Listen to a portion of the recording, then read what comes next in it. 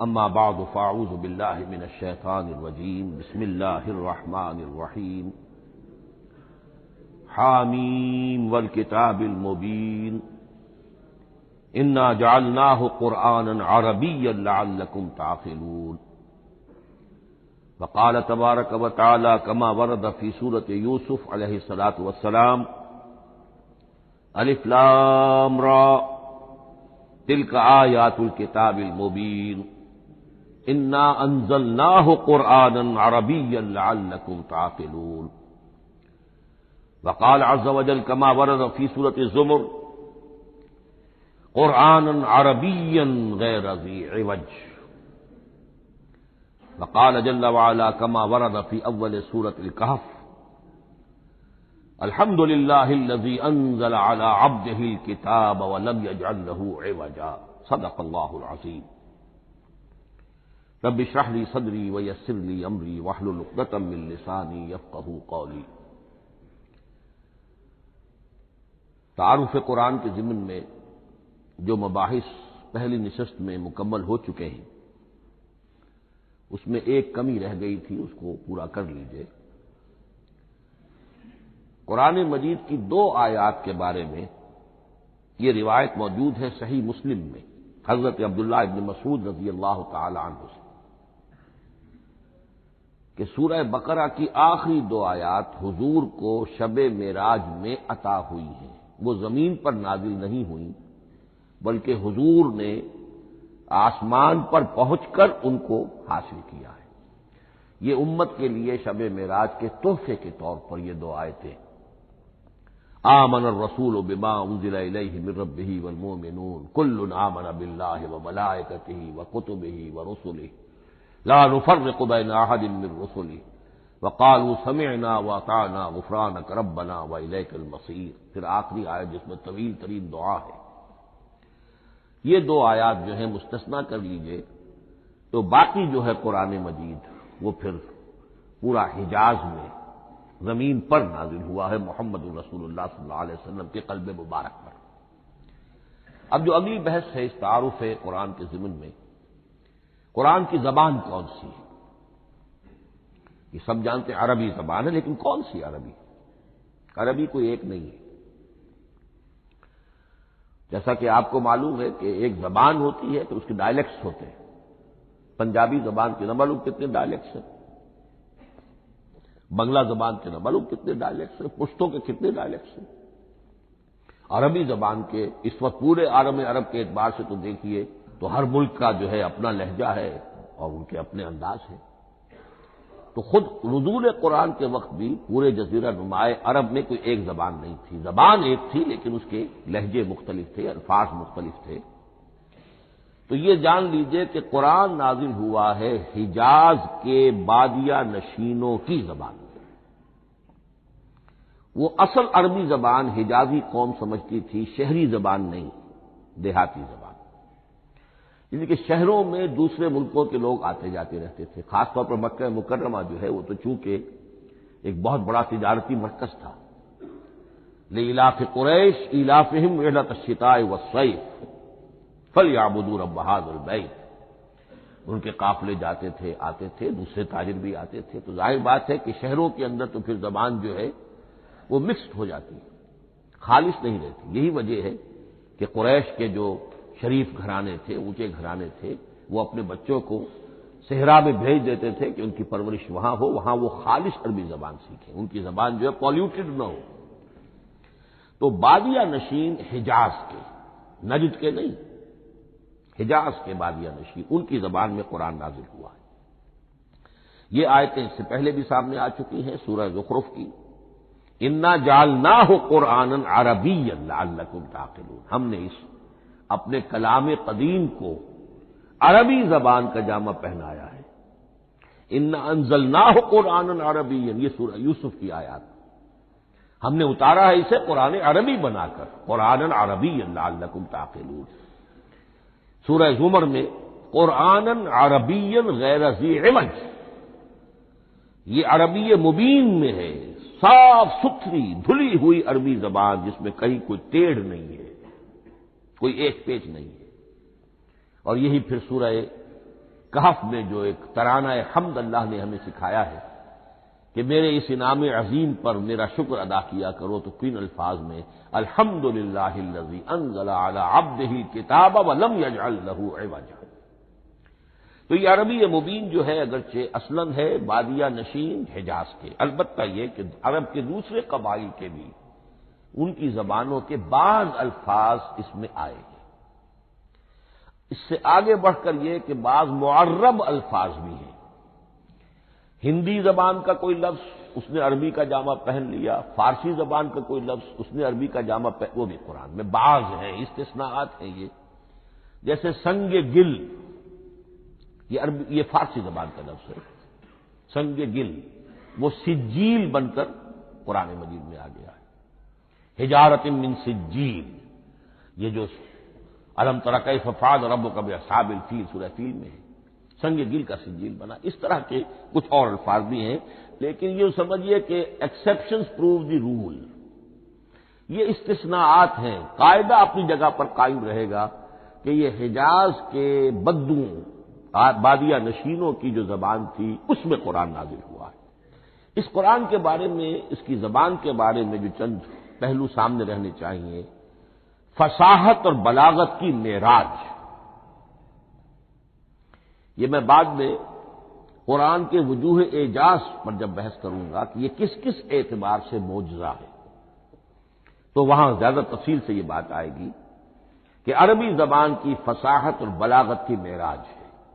آپ کو معلوم ہے کہ آج بھی دنیا میں یہودی بھی ہیں جن کی مادری زبان عربی ہے، عیسائی بے شمار ہیں جن کی مادری زبان عربی ہے، ان کے ہاں بھی عربی ادب کی چوٹی کی کتاب جو پڑھائی جاتی ہے وہ قرآن ہے۔ یہ انہیں ماننا پڑتا ہے کہ عربی ادب کی جو آخری کتاب ہے، چوٹی کی کتاب ہے، وہ یہی ہے۔ یہودی بھی پڑھائیں گے، جیسے آپ انگریزی زبان پڑھنی ہے سمجھنی تو شیکسپیئر کے بغیر آپ کیسے سمجھیں گے؟ اب وہ تو ایک سٹینڈرڈ ہے۔ اسی طریقے سے یوں سمجھیے کہ عربی زبان عربی ہونے کے اعتبار سے کلام اللہ ہونا اس پر ان کا ایمان نہیں ہے، لیکن یہ کہ عربی زبان کے اعتبار سے اس کی فصاحت اور بلاغت کا لوہا وہ مانتے ہیں۔ پھر اس میں خاص ملکوتی غنا ہے، ڈیوائن میوزک، صوتی آہنگ ہے، عذوبت ہے، مٹھاس ہے۔ لاہور میں ایک صاحب ہیں جو پروفیسر ہیں فونیٹکس کے پنجاب یونیورسٹی میں، وہ کہتے ہیں میں ثابت کر سکتا ہوں کہ جتنے بھی آج دنیا میں اصول ہیں صوتی، یہ خود اپنی جگہ ایک بہت بڑی سائنس ہے، اس کے اعتبار سے میں ثابت کر سکتا ہوں کہ بلند ترین موسیقی قرآن مجید میں ہے، ملکوتی غنا۔ اسی لیے قرآن مجید کو اچھی سے اچھی آواز میں پڑھنے کی تاکید آئی ہے۔ زینوا القرآن باصواتکم، قرآن کو اپنی آوازوں سے مزین کرو۔ اسی طریقے سے من لم یتغن بالقرآن فلیس منا، جو قرآن مجید کو اچھی سے اچھے طریقے پر پڑھنے کی کوشش نہیں کرتا وہ ہم میں سے نہیں ہے۔ اسی طرح کے واقعات بھی ہوئے ہیں۔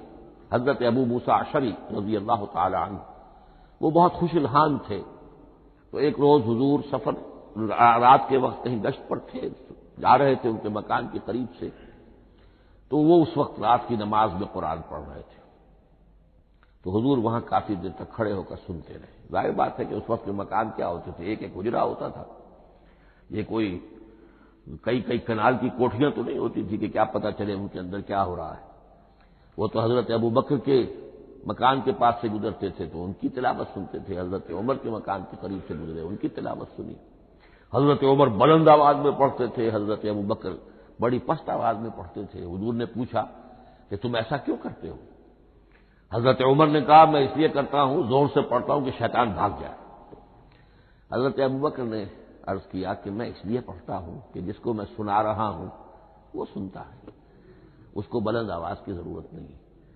حضور نے کہا کہ ابو بکر تم ذرا اونچی کر لو آواز، اور عمر تم ذرا پست کر لو، ایوریج میں لے آؤ۔ تو بہرحال یہ معاملہ حضور کا صحابہ کے ساتھ ہوتا تھا۔ تو ابو موسیٰ اشعری رضی اللہ تعالی عنہ کی جب قرات آپ نے سنی تو اگلے روز جب ملاقات ہوئی فجر میں تو آپ نے تحسین فرمائی الفاظ میں، یا ابا موسیٰ انک قد اوتیت مزمارا من مزامیر آل داود، اے ابو موسیٰ تمہیں تو اللہ نے آل داؤد کے سازوں میں سے ایک ساز عطا کیا ہے، یعنی حضرت داؤد کے گلے میں جو ساز تھا، خوش الحانی تھی، ان کی آواز نہایت خوبصورت تھی۔ تو اسی طریقے سے اب وہاں کوئی مزمار سے مراد وہ نہیں ہے، آلات موسیقی نہیں، گلے میں جو اللہ تعالیٰ نے رکھا ہے۔ تو انک قد اوتیت مزمارا من مزامیر آل داؤد۔ ایک آخری بات یہ نوٹ کیجئے کہ قرآن مجید کا عظیم ترین احسان ہے عربی زبان پر۔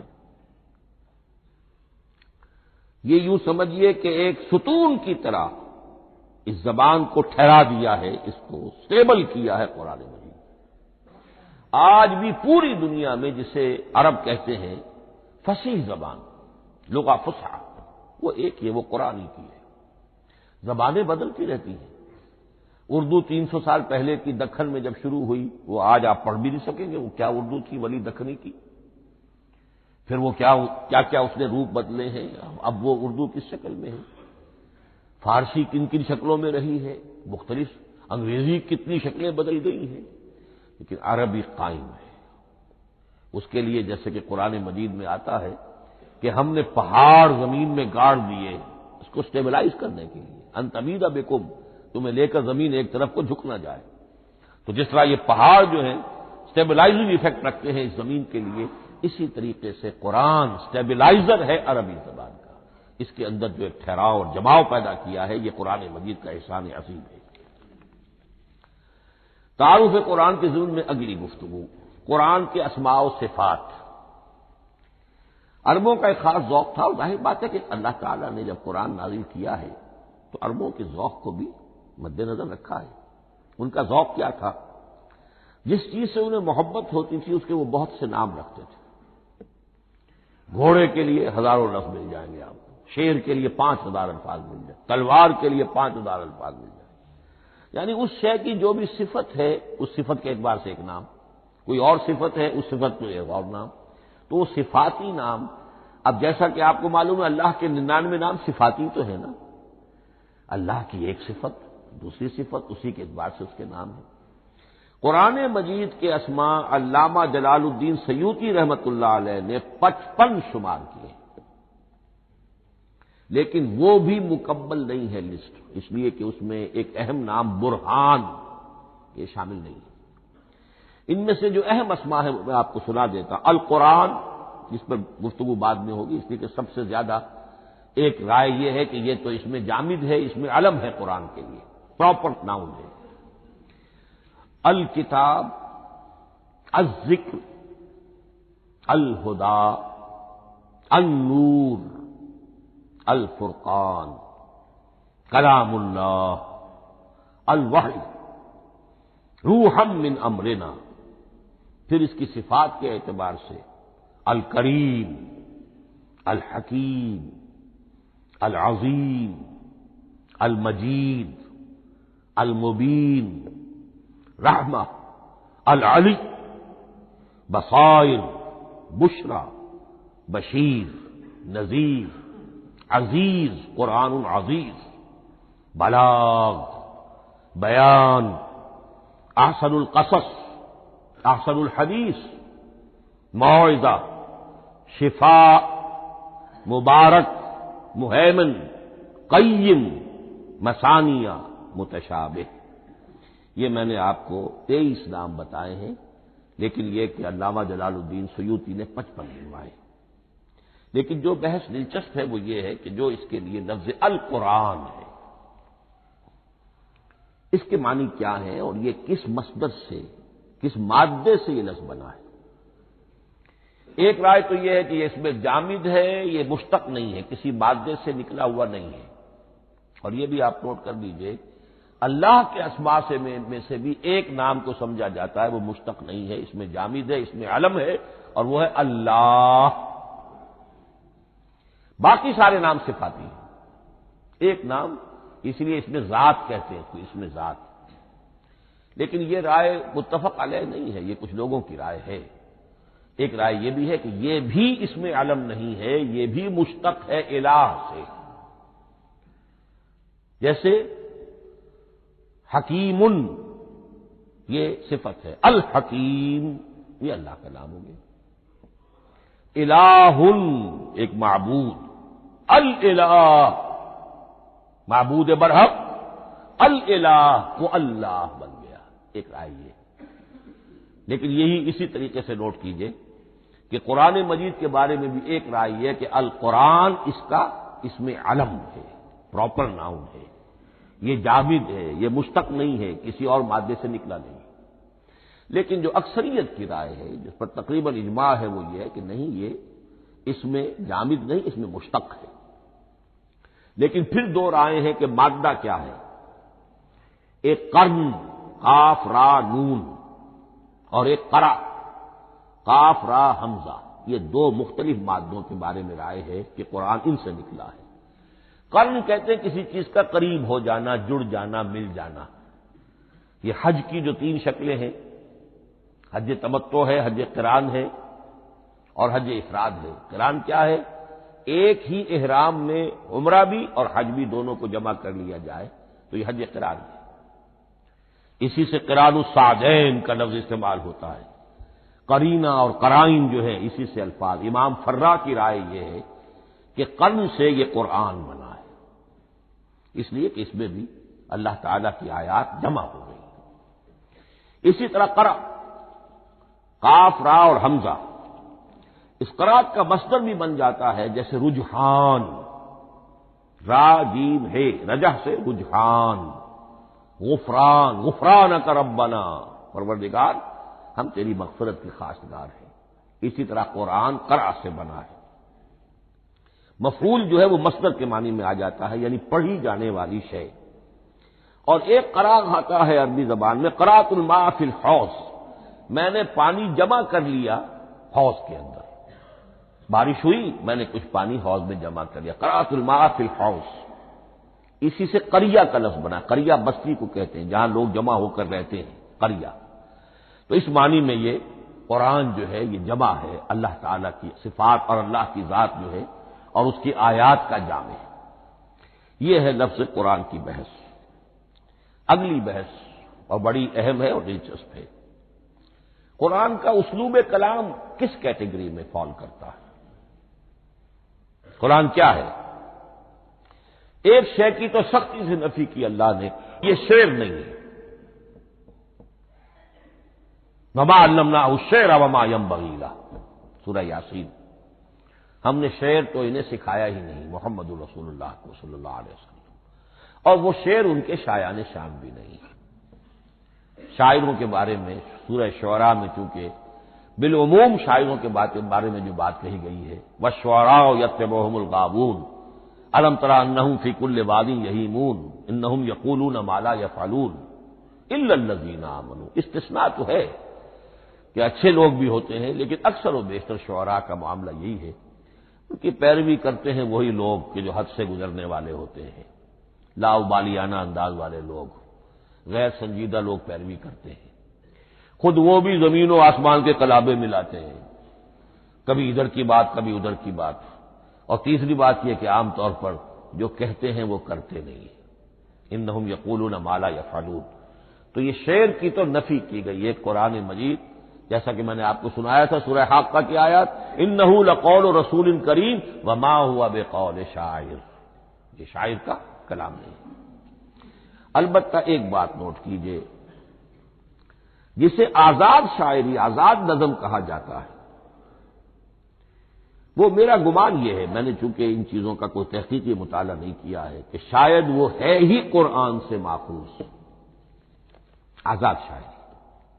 اس میں وزن نہیں ہوتا، ردم ہوتا ہے۔ آزاد شاعری کے اندر ایک ردم ہوتا ہے، وزن نہیں ہے، ایک مصرع اتنا بڑا ایک بڑا لمبا چوڑا، لیکن ردم رہے گا۔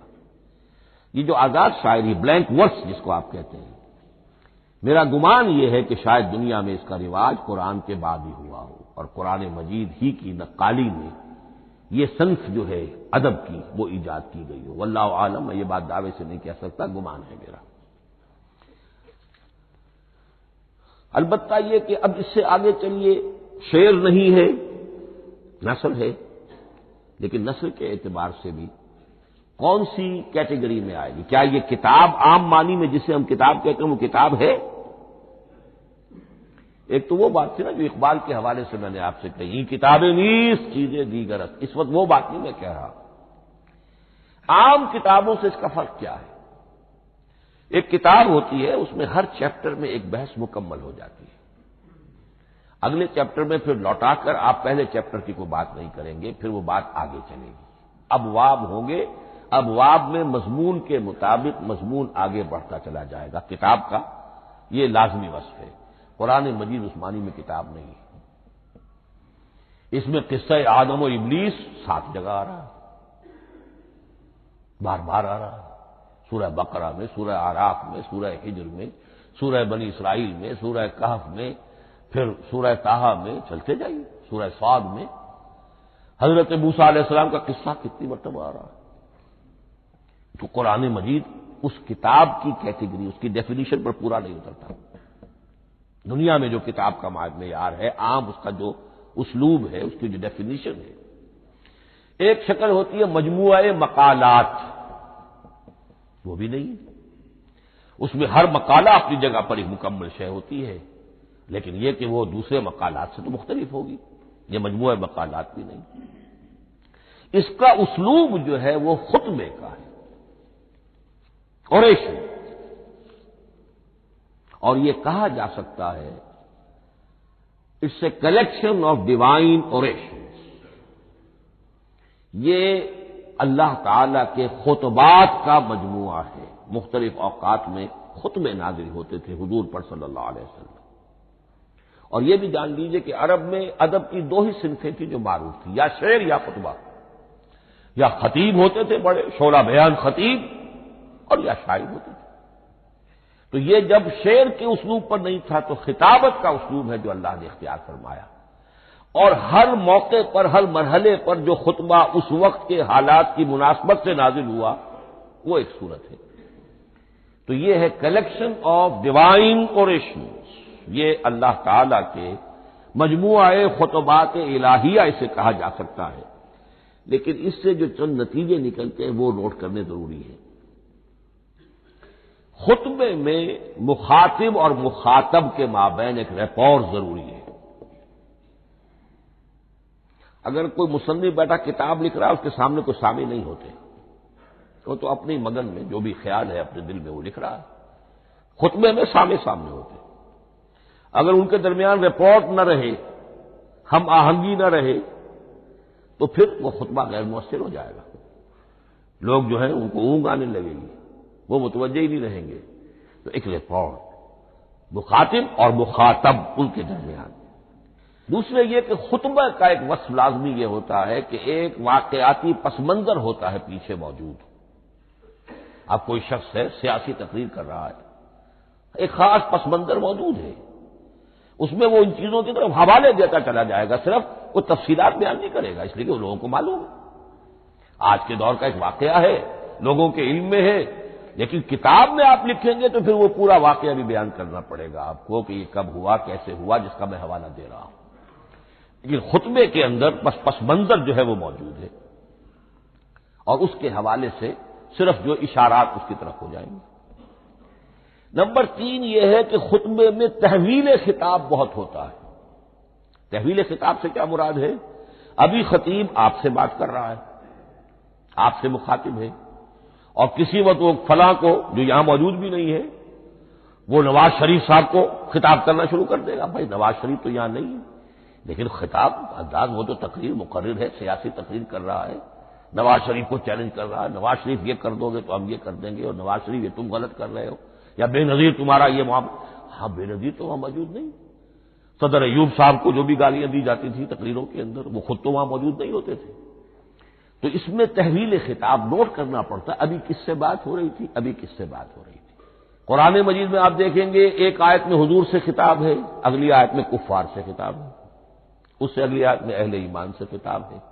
تو تحویل خطاب جو ہوتا ہے اس کے حوالے سے نوٹ کرنا پڑتا ہے کہ اس وقت اس آیت کا جو رخ ہے کدھر ہے، اس میں کس کو خطاب کیا جا رہا ہے۔ چوتھی بات یہ ہے کہ خطبے میں صرف عقل سے اپیل نہیں کی جاتی، جذبات سے بھی اپیل ہوتی ہے۔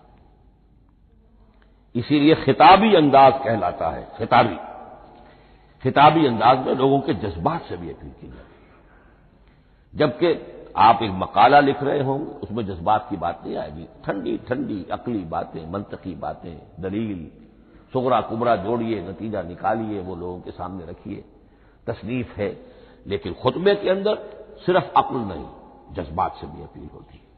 اب یہ سارے اوصاف میں جو بیان کر رہا ہوں یہ سب قرآن مجید میں بتمام و کمال بدرجہ اتم موجود ہیں۔ اور آخری بات یہ کہ خطبے میں، اور یہ کہ یہ چیز مشترک ہے غزل میں بھی اور قصیدے میں بھی اور خطبے میں بھی، اس کا اول و آخر بہت جامع اور مؤثر ہونا چاہیے۔ اسی لیے مطلع مقطع یہ خاص طور پر ہوتے ہیں نا، مقطع میں آپ پڑھی ہے سکون دسترانہ باد، جس غزل کا مطلع جاندار ہے اس کو آدمی پڑھے گا، اور اگر وہ مطلع پھسپھسا ہے وہ باقی نظم پڑھے گا ہی نہیں، چاہے آگے اس کے اندر بڑا عمدہ شعر بھی ہو وہ نہیں پڑھے گا، مطلع ہی جو ہے بے جان ہے، پھسپھسا ہے۔ پھر مقطع آخری جو شعر ہو، تو قصیدے میں بھی یہ ہے اور خطبے میں بھی یہ ہے۔ یہی وجہ ہے کہ قرآن مجید کی صورتوں میں اکثر و بیشتر شروع کی آیات اور آخری آیات انتہائی اہم ہوتی ہیں، بہت جامع ہوتی ہیں، جن کو کہا جاتا ہے کہ یہ سور جو ہیں ان کی ابتدائی آیات، خواتین اور پہلی آیات۔ اب سورہ بقرہ کی آیات شروع کی، پھر آخری جو ابھی میں نے آپ کو سنائی، یہی آل عمران کا معاملہ ہے، کس شان کے ساتھ وہ اٹھ رہی ہے۔ یہی سورہ حج کا ہر جگہ پر آپ دیکھیں گے ابتدائی جو ہے خطیب اگر ایسی بات، ایسا انداز اختیار کرے کہ اپنے سامعین کی توجہ کو اپنی طرف مبذول کرا دے، اگر شروع کا انداز ایسا نہیں ہے تو وہ بات آگے بڑھے گی نہیں۔ آخری بات یہ کہ خطبے میں ہمیشہ یہ ہوگا کہ ایک مین سپیکر جو ہے اس کی ایک بات سامنے ہے کہ میں نے یہ بات اپنے سامعین کے ذہن میں بٹھانی ہے، لیکن دائیں بائیں کی باتیں کرے گا، کوئی قصہ بھی سنائے گا، کوئی شعر پڑھے گا، کوئی اور کوئی لطیفہ بھی سنائے گا۔ ہمارے ہاں کے جو بہترین خطیب جو ہوتے تھے وہ احراری حضرات جو ہے بہترین خطیب ہوتے تھے، اور آپ نے سنا مولانا عطا اللہ شاہ بخاری رحمۃ اللہ علیہ ان کی تقریریں 6 گھنٹے تک لوگ سنتے تھے، وہ کبھی رلا بھی رہے ہیں، کبھی ہنسا بھی رہے ہیں۔ عام آدمی تنقید بھی کرے گا کہ یہ کیا ادھر ادھر کی باتیں کر رہے ہیں، لیکن وہ پھر جب آخری تقریر ہوتی تھی تو جب تقریر ختم ہوتی تھی جو بات وہ ذہن میں بٹھانا چاہتے تھے، دل میں اتارنا چاہتے تھے، وہ بیٹھ چکی ہوتی تھی۔ باقی یہ کہ ادھر ادھر کی چیزیں جو ہیں وہ آکسیلری چیزیں ہیں وہ رہتی ہیں۔ یہ ہیں 6 اوصاف خطبات کے، اور قرآن مجید کے اندر بھی یہ اوصاف کم و بیش موجود ہیں۔ قرآن کا اسلوب خطبے کا ہے۔ اب اگلی بحث پر آئیے، قرآن مجید کی ترکیب اور تقسیم، سنتھیسس اور ڈویژنز۔ اب اس میں سمجھیے کہ کلام جو ہے اللہ کا کلام ہے، کلام مرکب ہوتا ہے کلمات سے، کلمات حروف سے بنتے ہیں۔ عربی زبان کے حروف 28 یا 29 ہیں، الف اور حمزہ کو ایک ہی مانیں گے تو 28 رہ جائیں گے، الف علیحدہ حمزہ علیحدہ تو 29 ہو جائیں گے۔ یہ حروف جڑتے ہیں، لفظ بنتے ہیں۔ لفظ محمل بھی ہوتا ہے لیکن کلمہ وہ کہلاتا ہے جو بامانی لفظ ہو۔ پھر ان کلمات کو آپ جوڑتے ہیں، یہ مرکب توصیفی بن گیا، مرکب اضافی بن گیا، مرکب عددی بن گیا، مرکب جاری بن گیا۔ پھر ان مرکبات کو جوڑ کر فقرہ بنتا ہے، جملہ بنتا ہے، کلام مفید جس کو کہا جاتا ہے۔ قرآن مجید کے اعتبار سے علامہ سیوطی نے مخصوص جو قرآن کی اصطلاحات ہیں ان کے حوالے سے ایک بات کہی ہے، لیکن واقعہ یہ ہے کہ قرآن کی اصطلاحات خود اپنی ہیں، دنیا کی دوسری کسی بھی اصطلاحات پر ان کو قیاس نہیں کیا جا سکتا۔ لیکن جاہز چونکہ قدیم تھے، انہوں نے قرآن مجید کو کہا یہ دیوان کی شکل رکھتا ہے، جیسے کہ حافظ کا دیوان، کسی اور کا دیوان۔ سورتیں جو ہیں وہ قصیدوں کی شکل میں ہیں، بیت شعر آیت ہے، قوافی جو ہوتے ہیں شعروں میں قافیہ وہ یہاں فواصل ہے، آیت کے آخری حروف ایک دوسرے سے مشابہ ہوتے ہیں کہ جن سے پھر وہ صوتی آہنگ پیدا ہوتا ہے۔ الرحمن علم القرآن خلق الانسان علمہ البیان۔ اب یہ ایک فواصل جو ہے وہ جڑتے چلے جاتے ہیں، ان میں آہنگ پیدا ہوتا ہے۔ لیکن حقیقت کے اعتبار سے پہلی بات یہ نوٹ کیجئے، قرآن مجید کی اکائی ہے آیت، اسے نہ آپ جملہ کہہ سکتے ہیں نہ فقرہ کہہ سکتے ہیں۔ انگریزی میں ہمارا چونکہ بائبل کے لیے بھی جب ورس کا لفظ آ جاتا ہے تو انگریزی تراجم میں، انگریزی تحریروں میں، مقالوں میں ورس قرآن مجید کی آیت کے لیے لفظ آ جاتا ہے، ورس نمبر فلاں، بالکل غلط ہے۔ قرآن کی آیت یہ اس کا اپنی اصطلاح ہے، اپنا مفہوم ہے۔ لغوی مفہوم کیا ہے؟ نشانی، آیت نشانی۔ قرآن کی ہر آیت اللہ کے علم اور حکمت کی نشانی ہے۔ اب قرآن کی آیتیں نوٹ کیجئے، صرف حروف پر بھی مشتمل ہے، الف لام میم حروف مقطعات اور آیت بن گئی۔ وہ مرکبات ناقصہ پر بھی مشتمل ہے، والعصر مرکب جاری ہے، حرف جار آیت ہو گئی۔ پورے جملے پر بھی مشتمل ہے، ان الانسان لفی خسر ایک جملہ ہے، اور 10 جملوں پر بھی مشتمل ہے۔ اللہ لا الہ الا هو الحی القیوم لا تأخذہ سنۃ ولا نوم لہ ما فی السماوات وما فی الارض الی آخر الآیہ۔ آیت الکرسی کا انالیسس کیجئے، 10 جملے موجود ہیں اس میں۔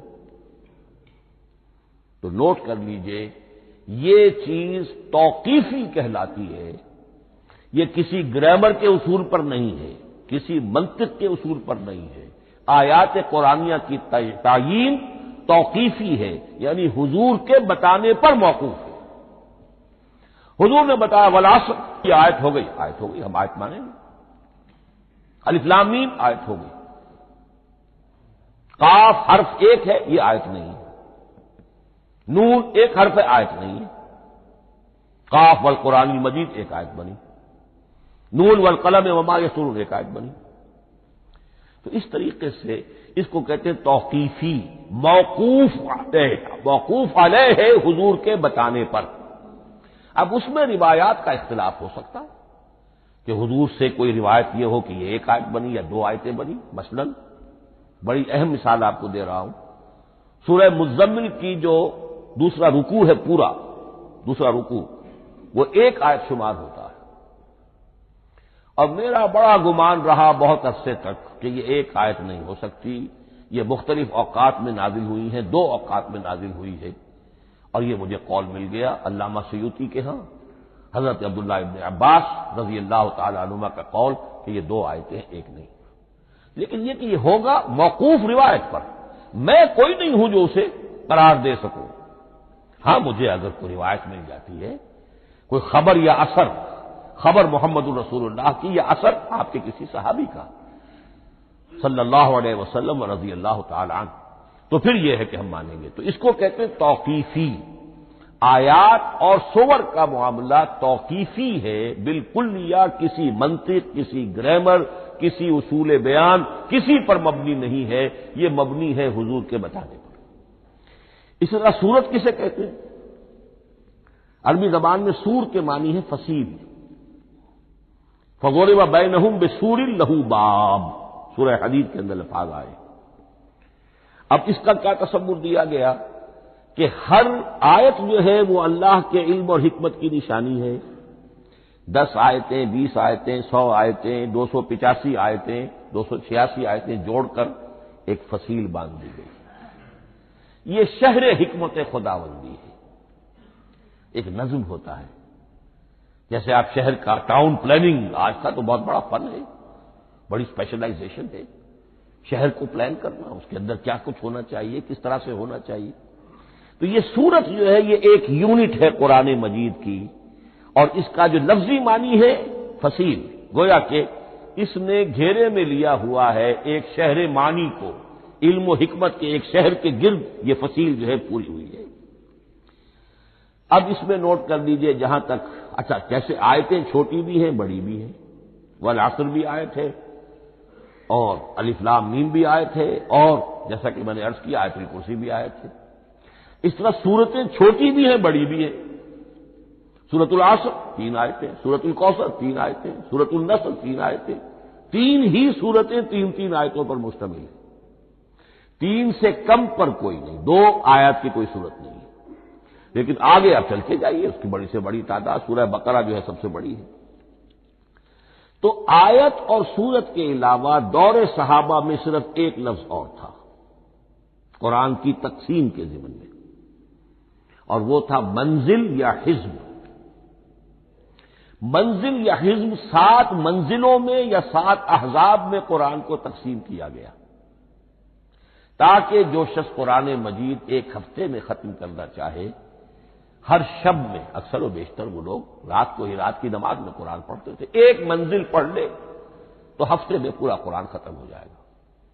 یہ حزب بھی ہے اور منزل بھی ہے، اور یہ چونکہ دور صحابہ میں تھا، یقیناً حضور نے بتایا ہوگا، اس میں آپ کو عجیب حسن نظر آئے گا۔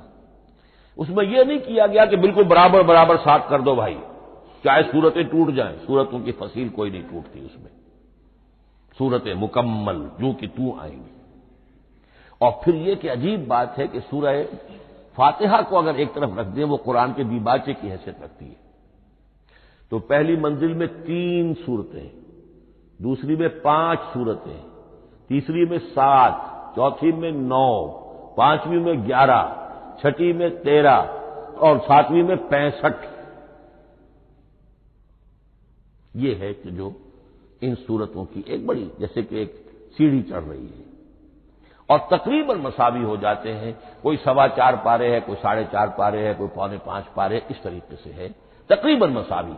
لیکن آرٹیفیشل ایکویلٹی پیدا کرنے کے لیے، مصنوعی مساوات پیدا کرنے کے لیے صورتوں کی فصیلوں کو نہیں توڑا گیا۔ اس سے آگے چل کر جو پاروں کی تقسیم ہے وہ بہت بعد کی بات ہے، 30 پارے، اور اس میں آپ کو یہ ساری قباحتیں نظر آئیں گی۔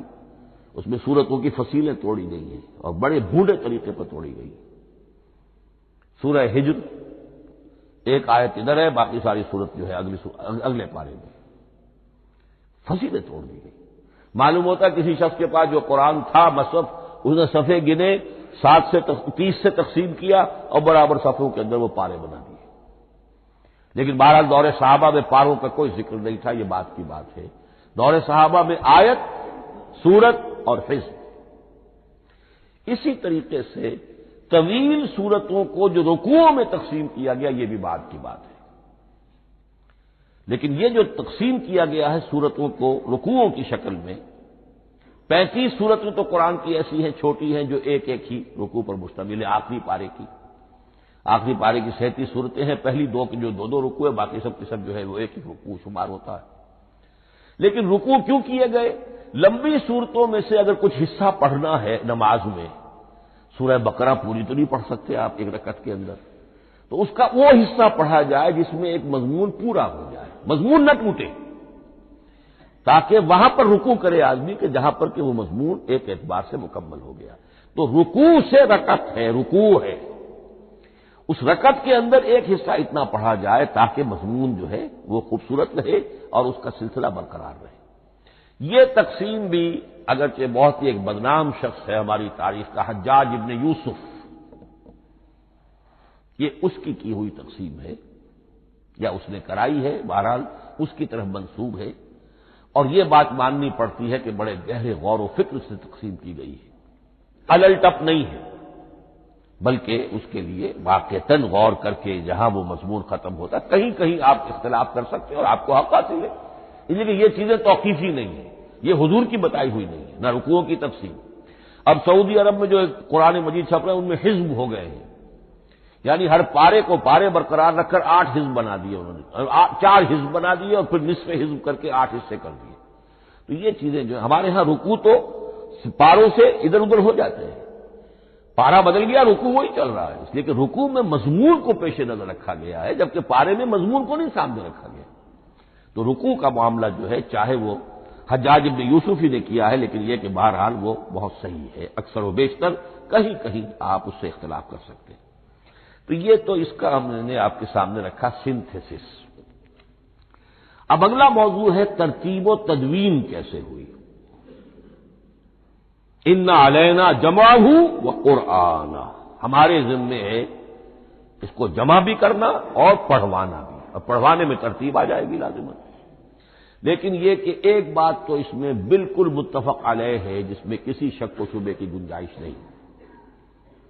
قرآن کی ترتیب نزولی اور تھی، ترتیب مصحف اور ہے۔ ترتیب مصحف میں سورہ فاتحہ کے بعد سورہ بقرہ ہے۔ سورہ بقرہ نازل ہوئی ہے مدنی دور میں جا کر، پھر سورہ آل عمران ہے وہ بھی مدنی ہے، سورہ نساء ہے وہ مدنی ہے، سورہ مائدہ ہے وہ مدنی، پھر آئی ہے سورہ انعام اور سورہ اعراف۔ یہ ہے کہ جو مکیات ہیں، یہ کہ بھی مکی دور کی بھی آخری زمانے کی ہے۔ ابتدائی جو مکی صورتیں وہ سب سے آخری حصے میں ہیں، 29واں پارہ اور 30واں پارہ۔ تو ترتیب نزولی اور تھی، ترتیب مصحف اور ہے، اس میں تو کسی شک و شبے کی گنجائش نہیں۔ لیکن ہمارے ہاں اہل تشیع نے اس چیز کو بہت اچھالا ہے۔ ان میں سے بعض گروہ ایسے ہیں جن کا کہنا یہ ہے کہ اصل قرآن جو ہے وہ ترتیب نزولی کے مطابق تھا، یہ ترتیب تو عثمان نے کر دی رضی اللہ تعالی عنہ۔ حضرت علی کے پاس اصل قرآن جو ترتیب نزولی کے مطابق تھا موجود تھا، اور اب بھی ان کے خیال میں جو ان کے امام غائب جو ہیں چھپے ہوئے ہیں غار میں، تو ان کے پاس وہ نسخہ اصل حضرت علی والا موجود ہے، اور جب وہ ظاہر ہوں گے تو اصل قرآن لے کر آئیں گے۔ یہ سارے شیعوں کا قول نہیں ہے، لیکن یہ کہ ان میں بہت سے لوگ ہیں کہ جو ان باتوں کو مانتے ہیں۔ جہاں تک اس بات کا تعلق ہے کہ حضرت علی نے ترتیب نزولی پر کوئی مصحف جمع کیا ہو، اس میں کوئی اشکال نہیں ہے، اس لیے کہ علمی طور پر یہ ایک بڑی عمدہ ایکسرسائز بنتی ہے۔ ایک زمانے میں بہت کوشش کرتا رہا ترتیب نزولی سے، اس لیے کہ ترتیب نزولی سے سیرت نبوی اخذ ہوتی ہے، پہلے کیا نازل ہوا، پھر کیا نازل ہوا، پھر کیا نازل ہوا۔ در حقیقت اگر آپ ترتیب نزولی سے قرآن مرتب کر دیں تو وہ سیرت النبی بن جائے گی۔ تو اس کو سمجھنے کے لیے ایک زمانے میں نے بڑی محنت کی ہے، لیکن ایک تو یہ کہ وہ یقین سے وہ باتیں ملتی نہیں ہیں، بعض روایات ہیں، لیکن یہ کہ پھر بھی آپ یقین سے نہیں کہہ سکتے۔ اکثر و بیشتر قرآن مجید میں لکھا بھی ہوتا ہے، ترتیب کے موٹی موٹی چیزیں معلوم ہے نزولی ترتیب کی، لیکن یہ ہے کہ یقین کسی بات پر نہیں۔ تو پہلی بات یہ ہے کہ ہمارے نزدیک، اہل سنت کے نزدیک، اصل جو حجت ہے دین میں وہ ترتیب مصحف ہے۔ یہی ترتیب جو اس وقت مصحف عثمان کی ہے رضی اللہ تعالی عنہ، یہی ترتیب ہے لوح محفوظ کی، یہی ترتیب ہے ام الکتاب میں، یہی ترتیب ہے کتاب مکنون میں۔ اب اس کو سمجھیے کہ اس کی تدوین کن مراحل میں ہوئی۔ سب سے پہلے اس کے جو مراحل ہے 3، خود نبی اکرم صلی اللہ علیہ وسلم کے زمانہ مبارک میں جمع اور ترتیب یہ ہو گئی، لیکن کتابی شکل میں نہیں، ما بین الدفتین نہیں۔ حضور نے لوگوں کو پڑھ کر سنایا، اس ترتیب سے سنایا جس ترتیب سے یہ مصحف میں اب موجود ہے، اور ہر رمضان میں حضرت جبرائیل دورہ کرتے تھے حضور کے ساتھ، جتنا کہ قرآن اس وقت تک نازل ہو چکا ہوتا تھا، اور آخری رمضان مبارک آپ کی حیات طیبہ کا جو تھا اس میں 2 مرتبہ پورے قرآن کا دورہ ہوا، تو دورہ قرآن بغیر ترتیب کے تو نہیں ہو سکتا۔ تو یہ ترتیب حضور کی ہوئی ہے، توقیفی ہے، اور حضور ہی نہیں اللہ کی ہوئی ہے۔ یہی ترتیب لوح محفوظ میں، کتاب مکنون میں اور ام الکتاب میں ہے، اور یہ ترتیب حضور دے کر گئے ہیں صحابہ کرام کو۔ حفاظ تھے، کتنے حفاظ جو ہیں جنگ یمامہ میں شہید ہو گئے، تبھی تو خیال آیا کہ اس کو کتابی شکل میں بھی مرتب کیا جائے، لیکن کتابی شکل میں جسے کہتے ہیں 2 گتوں کے درمیان ایک کتاب مجلد، اس صورت میں جہاں تک میں تحقیق کر سکا ہوں اور جہاں تک ہمارے اکثر و بیشتر لوگوں کی رائے ہے، حضور کے زمانے میں یہ اس طریقے سے ما بین الدفتین، 2 گتوں کے مابین ایک کتاب کی شکل میں قرآن موجود نہیں تھا، لوگوں کے سینوں میں محفوظ تھا، جیسے محمد الرسول اللہ کے سینے میں محفوظ تھا۔ ان علینا جمعہ، وہ جمع حضور کے سینے میں کیا اللہ نے. اسی طرح پھر صحابہ کرام بے شمار جو حفاظ تھے ان کے سینوں میں محفوظ تھا. دوسرا مرحلہ کب آیا؟ جب حضرت ابوبکر صدیق کے عہد خلافت میں جنگ یمامہ میں بہت سے حفاظ شہید ہو گئے. اب ایک تشویش پیدا ہوئی، ایسا نہ ہو کہ قرآن ضائع ہو جائے، لہذا اسے کتابی شکل میں مرتب کر لینا چاہیے. اس کے لیے پھر بہت سے صحابہ نے حضرت ابوبکر کو اپروچ کیا کہ جتنے قراء ہیں، جتنے کاتبین وحی ہیں، ان سب کو آپ جمع کیجئے اور جمع کر کے اس قرآن مجید کو ایک کتاب کی شکل میں جمع کر لیں. حضرت ابوبکر شروع میں بہت ریلیکٹنٹ رہے. ان کا ایک خاص مزاج تھا، اتباع رسول کا جذبہ انتہا درجے کا. جو کام حضور نے نہیں کیا میں کیسے کروں؟ اگر تو یہ کام واقعی کرنے کا تھا تو حضور کرتے، میں کیسے کروں؟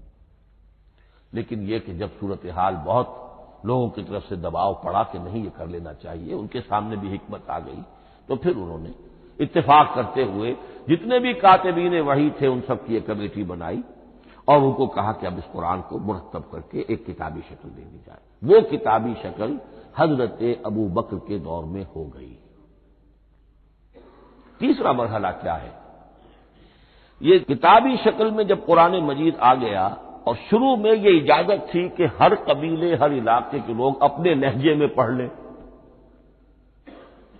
اب پنجابی ہمارا مسلمان جو ہے وہ چاقو کو کاچو کہے گا تو وہ لکھے ہوئے کو بھی چاقو کو کاچو پڑھ کے کہے جائے گا. تو مختلف لہجوں میں ہونے سے وہ ان کا جو ہے قرآن مجید بدل رہا تھا. کوئی کسی طرح پڑھ رہا ہے، کوئی کسی طرح پڑھ رہا ہے. اب اس کی تشویش ہوئی حضرت عثمان کے زمانے میں، جب دور بہت پھیل گیا، اسلام کا دائرہ، دارالاسلام کی وسعت بہت ہو گئی کہ اس طرح اگر یہ لوگ پڑھیں گے اور اپنے اپنے لہجے کی وجہ سے اب اس لہجے میں شکل بدل بھی جاتی ہے لفظ کی. کاچو کو کاف الف چے واؤ لکھنا شروع کر دیں گے پھر کہ کاچو سنا ہم نے، تو چاقو تو سنا ہی نہیں. تو ایک لکشو ہے چاقو لکھ رہا ہے اور ایک کاچو لکھ رہا ہے، تو چاقو اور کاچو میں فرق ہو گیا. لہذا اس وقت پھر جو کام کیا گیا وہ یہ کہ ایک ہی رسم تحریر، رسم کتابت، رسم الخط میں قرآن مجید کے نسخے تیار کیے گئے. اصل میں ایک بہت بڑا مغالطہ ہو جاتا ہے ہمارے جمعوں کے خطبوں میں. حضرت عثمان رضی اللہ تعالی عنہ کے نام نامی کے ساتھ وہ قوافی جو ہیں ان کی مناسبت سے جامع آیات القرآن عثمان ابن عفان رضی اللہ تعالی عنہ، غالب علی کل غالب علی ابن ابی طالب رضی اللہ تعالی. اب یہ جو جوڑتے ہیں قافیے، تو حضرت عثمان کے نام کے ساتھ یہ قافیہ جوڑ دیا. اس سے لوگوں کو مغالطہ بھی ہوا اور دشمنوں نے ایکسپلائٹ کیا کہ اس کا مطلب یہ ہے کہ قرآن تو جمع ہوا ہے حضرت عثمان کے زمانے میں، اور حضرت عثمان کے زمانے میں اور حضور کے زمانے میں کم و بیش 15 سال کا فصل تو ہو چکا. گویا کہ قرآن مرتب ہی ہوا ہے حضور کے انتقال کے 15 برس بعد. پھر حضرت عثمان کی شخصیت کو خاص طور پر جو سبائی فتنہ اٹھا تھا اس نے ایک ڈسپیوٹڈ پرسنالٹی بنا کے رکھ دیا ہے. نہیں معاذ اللہ، کوئی شک نہیں، لیکن یہ کہ ایک فتنہ اٹھا، فتنۃ الکبریٰ، اور حضرت عثمان رضی اللہ تعالیٰ عنہ کو انہوں نے بدنام کیا. لہذا اس کے نام سے اور بٹا لگ گیا، یہ مصحف عثمان ہے. یہ ہے اصل میں وہ حماقتیں کہ جو ہوئی ہیں ہم سے، یہ قافیے ملانے کی وجہ سے. حالانکہ حضرت عثمان کی شان جو ہے وہ در حقیقت جامع آیات القرآن نہیں ہے، جامع الامت علی رسم واحد، پوری امت کو ایک رسم الخط پر جمع کرنے والی شخصیت حضرت عثمان کی ہے. مثلا اب دیکھیے مالک یوم الدین کس طرح لکھیں گے؟ میم لام اور کاف. میم الف اور لام اور کاف لکھیں گے آپ، یہ غلط ہو جائے گا. میم پر کھڑا زبر ہوگا اور اس کو مالک پڑھیں گے. میم پر اگر کھڑا زبر نہیں ہے، پڑا زبر ہے تو ملک پڑھیں گے. اور قراتوں میں یہ دونوں موجود ہے، ملک یوم الدین بھی ہے اور مالک یوم الدین بھی ہے. اگر آپ نے میم الف لکھ دیا ایک قرات نکل گئی، اب وہ اس میں آ ہی نہیں سکتی، وہ تو مالک ہی پڑھا جائے گا. یہ زیر زبر بھی جو لگے ہیں قرآن مجید میں، یہ بھی حجاج ابن یوسف کے زمانے میں لگے، اس سے پہلے نہیں تھے.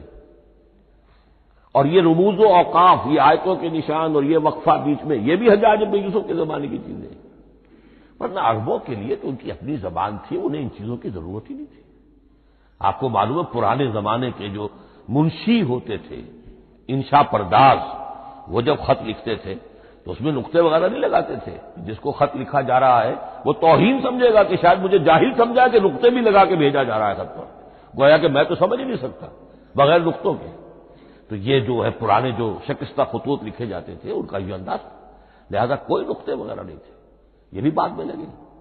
تو ملک یوم الدین، مالک یوم الدین، اس کی رسم آئے گا میم لام کاف، کھڑا زبر ہے مالک یوم الدین اور ویسے پڑا زبر ہے ملک یوم الدین۔ یہ رسم الخط ہے جس پر کہ حضرت عثمان رضی اللہ تعالی عنہ نے پوری امت کو جمع کر دیا اور اس کے نسخے تیار کرا کے، مختلف روایات میں آتا ہے 5 یا 7 نسخے تھے، ایک مدینہ منورہ میں رکھا اپنے پاس، اور اسی پر ان کے خون کے دھبے بھی ہیں، اور وہ نسخہ قرآن مجید کا اب استنبول کے اندر ہے، توپ کاپی کا جو عجائب خانہ ہے، عجائب گھر ہے، جس میں جہاں نوادرات کے ساتھ ساتھ حضور کے بھی کچھ تبرکات اور جمع ہیں، وہاں وہ نسخہ موجود ہے۔ اس میں انگلی جو کٹی تھی حضرت نائلہ جو ان کی اہلیہ تھی، جب وار کیا گیا ہے حضرت عثمان پر، قرآن پڑھ رہے تھے، انہوں نے روکا اپنے ہاتھ سے، ان کی انگلی کٹی اور اس کے خون کے قطرے جو ہیں وہ مصحف پر آئے۔ تو یہ وہ قرآن، پھر انہوں نے ایک مکہ مکرمہ میں، ایک دمشق میں، ایک کوفے میں، ایک یمن، ایک بحرین، ایک بصرہ، مختلف جگہوں پر وہ آفیشل ورژن قرآن کا صرف رسم الخط اسکرپٹ کے اعتبار سے۔ لیکن اب پھر نوٹ کر لیجئے، قرآن مرتب ہو چکا، مدون ہو چکا دور نبوی میں، لیکن کتابی شکل میں نہیں، سینوں میں محفوظ۔ دور خلافت ابی بکر میں وہ کتابی شکل میں لایا گیا، اور اس کے لیے پھر بحث ہوئی کہ اب اس کا نام کیا رکھا جائے۔ اس کے لیے کئی نام تجویز ہوئے، سفر بھی، انجیل بھی، وغیرہ وغیرہ، لیکن پھر اس کو حضرت عبداللہ ابن مسعود رضی اللہ تعالی عنہ نے اہل حبشہ سے استشہاد کرتے ہوئے مصحف نام رکھا، مصحف۔ یہ مصحف بن گیا حضرت ابو بکر کے زمانے میں، لیکن مصحف کی قراءت کے جو فرق ہو رہے تھے تو وہ لکھنے کے اندر بھی فرق آنا شروع ہو گیا، اس کو دور کیا حضرت عثمان نے، اس کا آفیشل ورژن تیار کروایا، ایک رسم الخط پر پوری امت کو جمع کر دیا، باقی جو نسخے تھے انہیں آپ نے پھر ضائع کر دیا، تاکہ کوئی اور یہ نہ رہے کہ اب یہ بھی ایک تھا پرانا نسخہ نکل آیا، اس میں تو یہ لفظ اس طرح لکھا ہوا ہے۔ تو جامع الامت علی رسم واحد، ایک ہی رسم الخط پر پوری امت کو جمع کرنے والی شخصیت وہ حضرت عثمان کی ہے رضی اللہ تعالی عنہ۔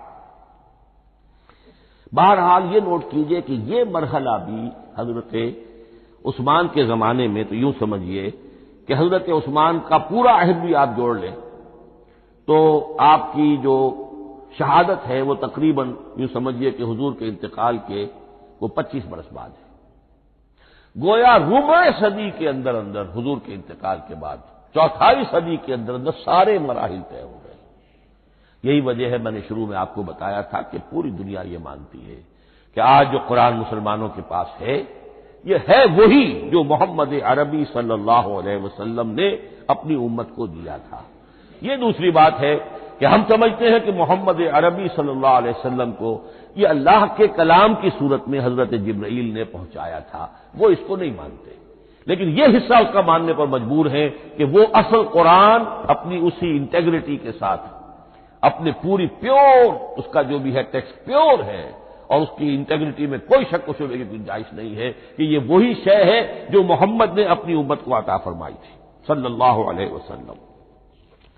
ایک آخری بات چل، میرے پاس 3 منٹ ہیں، یہ جو میں نے آپ کو ترتیب بتائی تھی قرآن کی، آیتیں، سورتیں، پھر حزب، اب اس میں ایک شے نوٹ کر لیجئے، آیت اللہ تعالی کے علم و حکمت کا ایک نمونہ ہے، آیتوں کو جوڑ کر جب سورت بنائی تو آیتوں کے اندر جو ربط ہے، اس ربط آیات سے ایک اور معنی، ایک اور حکمت کا دروازہ کھلتا ہے۔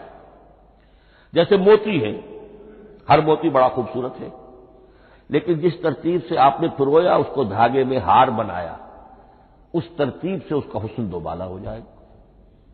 ہر موتی کا اپنی جگہ پر ایک حسن ہے، لیکن اس ترتیب کی وجہ سے اس کے حسن کا ایک اور پہلو ظاہر ہوگا۔ اسی طرح قرآن مجید کی صورتوں میں ربط آیات بہت اہم ہے۔ ایک مرکزی مضمون ہوتا ہے ہر صورت کا، مرکزی مضمون عمود، اور اس کے گرد وہ ساری آیتیں اس طریقے سے گھوم رہی ہوتی ہیں، جڑی ہوئی ہوتی ہے، جیسے کہ ایک دھاگے کے اندر پروئے ہوئے موتی ہوتے ہیں کہ جس کی جو ہار کی شکل اختیار کرتے ہیں۔ دوسری بات یہ، اکثر اور بیشتر صورتیں قرآن مجید میں جوڑوں کی شکل میں ہیں۔